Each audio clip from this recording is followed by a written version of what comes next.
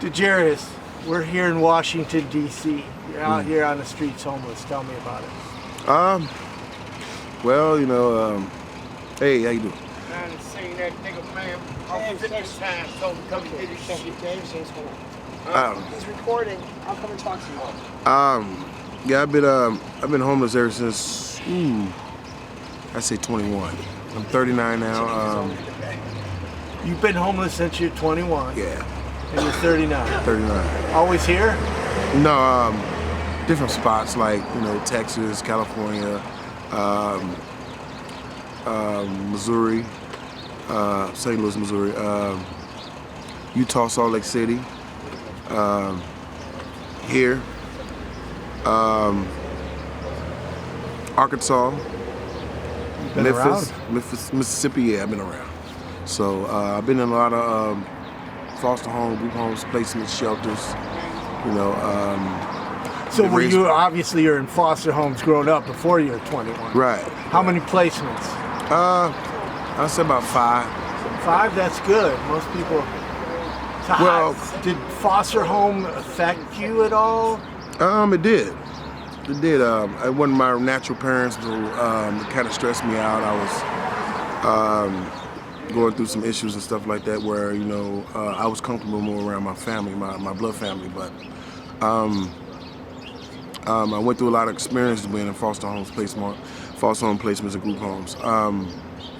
Medication, forced medicated, restrained, because I was acting out, cut my wrists.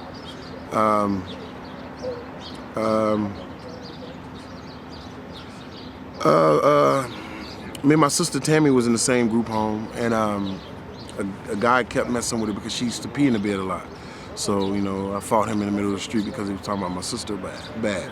So I believe the group home I was in was foster home, which is a family that have children, father and dad, that picks up other children to be father and dad too. So it was a foster home. So I believe the family that I was with didn't really want to care for us like they care for their blood children.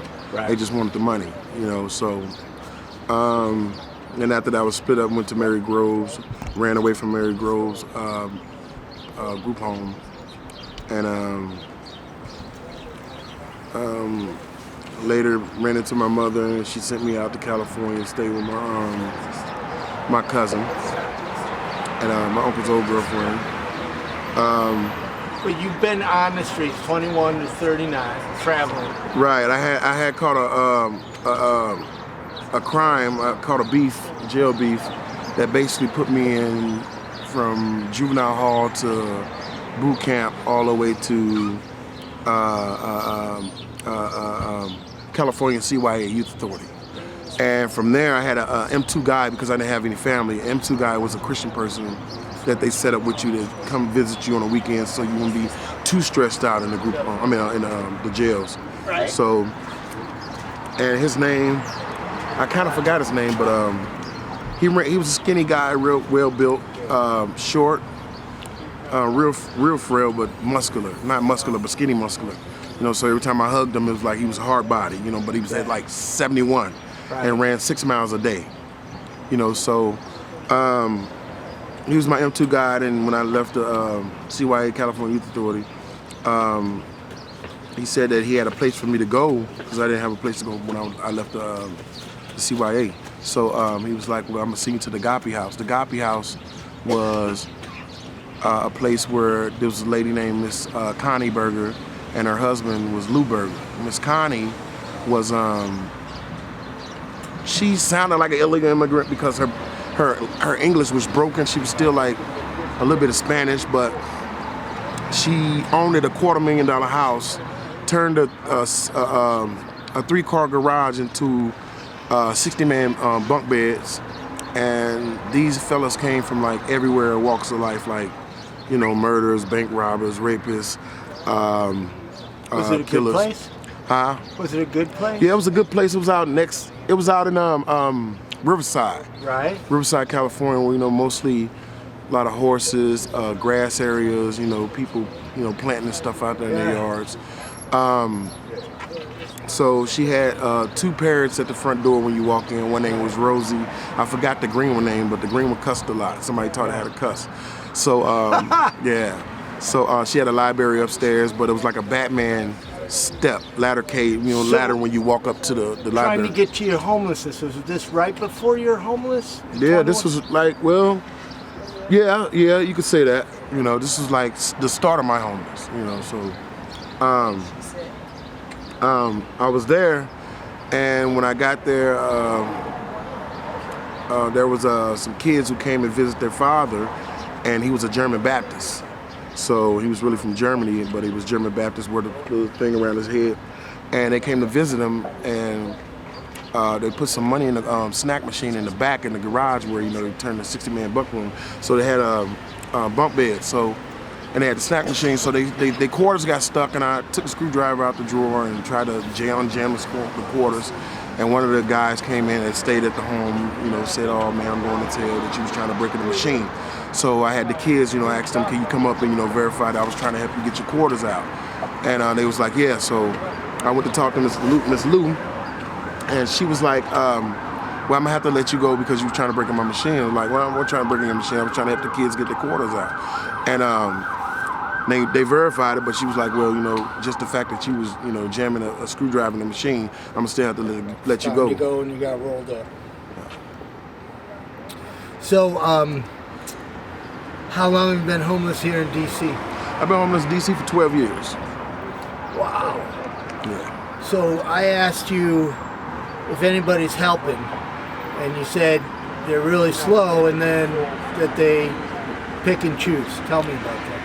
Yeah, they're slow because a lot of people are homeless in D.C. So, and it's getting bigger. So, it's like there's not a lot of people to handle caseloads and stuff like that, and so somebody else will get jammed up with a lot of caseloads and stuff like that. And some mental health places or places that deal with homeless, trying to get them places to stay, are real slow because they're not really, trained well to deal with it,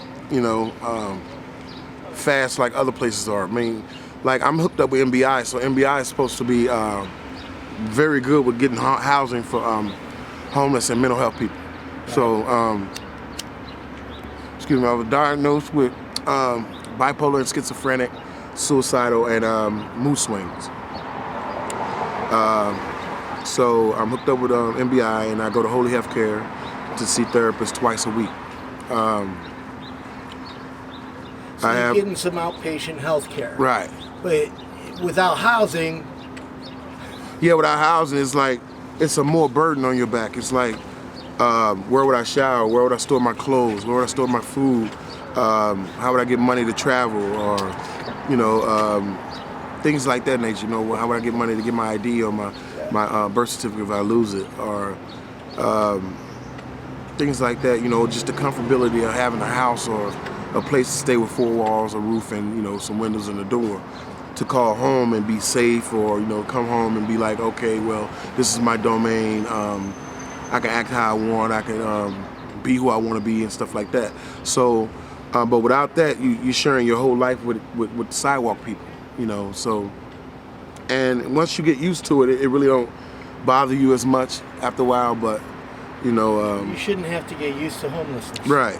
Yeah, it shouldn't be homeless, and you shouldn't have to get used to it. But So what do you mean by the cherry picking? By their selecting people? Oh, well, the selected people is like, who's very, very, very mentally ill, who's handicapped and stuff like that, which they should come first. But the most vulnerable. Right, but when you dealing with a person like that's very mentally ill, to the point where they don't know how to cook, or they got the shakes, or they got whatever that can hinder them from being responsible to run a house. Like, for instance, that when DC started the resume, this was in 2007, they started a resume and they came to 801. I was in the 801 shelter, and they came through and they passed out resumes to see who qualifies for housing, as homelessness. So they put me down on the list and said I was in line. So, well, at that day, like during that day when they first came and did it, they were looking for people to give housing to that they already had scheduled for housing. And then some people did pass, and they said they'd come back tomorrow and get them. And then other people, they said they gradually coming back and get them. So, so I was on the list, one of those ones that was like, I guess that was able to be, without a house until they find me one. But the people that emergency needed was ones that was, mentally ill. So they gave a house to a guy who stayed under the bridge for like 30 years, cooked on a hot stove. And when they gave him the house, he didn't like to cook on the stove. He cooked on a hot stove on the carpet. So when he cooked on a hot stove on the carpet, it spilled over and caught fire, which damaged half of the landlord's property. So you would think that, okay, if you give this type of person the housing, you would want to give them a helper, an aide, that's there 24/7. So they just put them in warehousing. Just put them in housing and just, hey, do what you do. I've seen that as an outreach worker. Right, you know what I mean? And it's not that they're bad, they just don't have the money, the staff, to handle everybody. And that looks like to other people that, hey, well, now I can't give these people housing, they can't handle it, or stuff like that. But, it's not that, it's just that, those people should be in like homes or, for caretakers that can caretake for them. But people who need housing or people who are struggling for jobs or going to look for jobs, or people who are on the streets who lost houses by catastrophe, Mother Nature, storms, lost a job or had too many kids to care for and stuff like that, and lost their house. So those people because they're responsible on their own. They don't need help. You know what I'm saying? So they should, give another shot to own a house and, give them a house and, check up on them and do whatever you got to do. But since you've traveled, what is different about DC homelessness than other places? Good or bad? A lot of black people homeless. I see a lot of white folks too, but they call it the Chocolate City, so that's why it's a lot of black people. But I see a lot of mistreatment by government towards homelessness people because the majority of homelessness is black. And what else you said? You asked me? No, what's different about it, good or bad? From homeless anywhere else? Yeah. It's a real struggle. I believe the government has a holdback shield on minorities, and I'm not just speaking black people, I'm speaking white and Mexican and stuff like that. Well, people that's in poverty. There's disproportionate people of color, black people have been put down, and now there's more black people out here. Right. And it shouldn't be. Right. And I believe that the government wants to take DC back from black people. And I believe that they believe it's too many black people in DC, and they want to take it back and take the nation capital back and run it like your typical what I want to say tourist spot,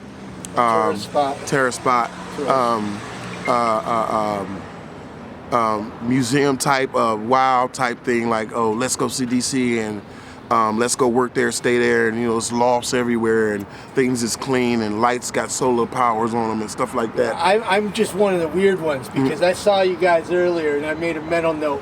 I'm gonna come talk to you. Right. Like, my mom says you travel the world, and I say, but I only go to like the worst parts of town. Right. So. Well, that's where you get the truth at. That's where you get the real homelessness. You get the real fact of it. You get the real feel of it. You know what I mean? If you went anywhere else, you would just be like, it's 4 or 5 homeless people out here. And, it's a rich area. But you go to the area where things are real poverty and it's the struggle. It's like I want to say, like the streets is dangerous. Day and night for anyone. So you just see it. And you see how it rapidly grows and how it treats itself. Yep. So it's like it's its own human being. Yep. So. Well, you guys are just more real. Right. I just Maybe it's because I was there myself. I don't know. Right. If you had 3 wishes, what would they be?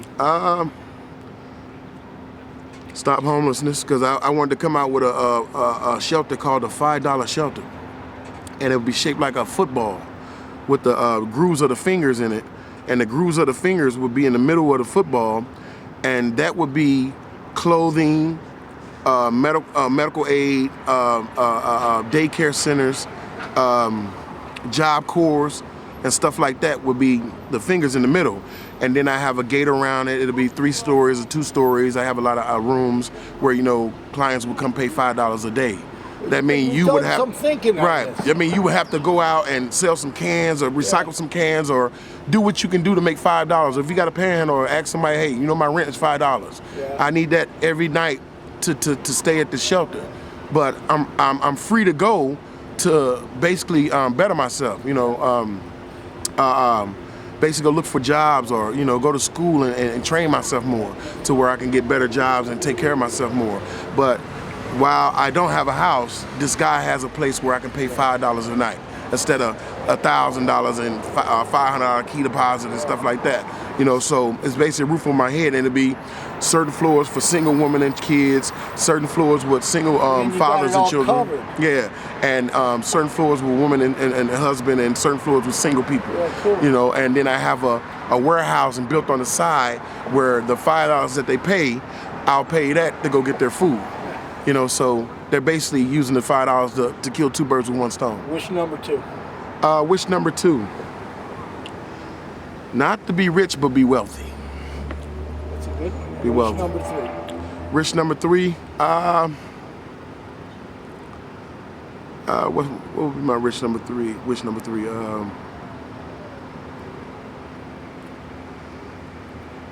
Basically, keep people happy. You know, keep making people happy, because God gave me a talent to sing, impersonate Scarface, Bill Clinton. I can impersonate Biggie Smalls, you know, stuff like that. Sing, rap, write music, act, and basically. So you know people are now going to ask for something. You say what now? You know people are going to ask for something.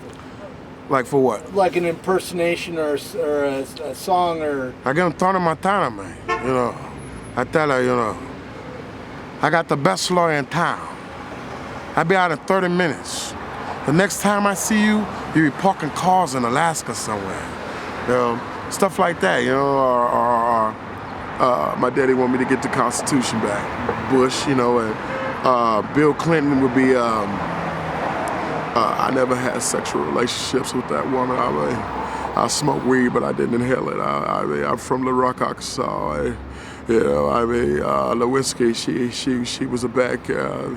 Yeah, you know, so, and then Biggie Smalls, ridiculous, ticklish, you know, stuff like that. So, Well, cool. thank you. It's been enjoyable to spend some time with you, and I want to thank you so much for talking to me. Right, let me sing one song before you close. Sure. Say, sing a song, a tough, rough song. Say, I was born by a river in a little tent.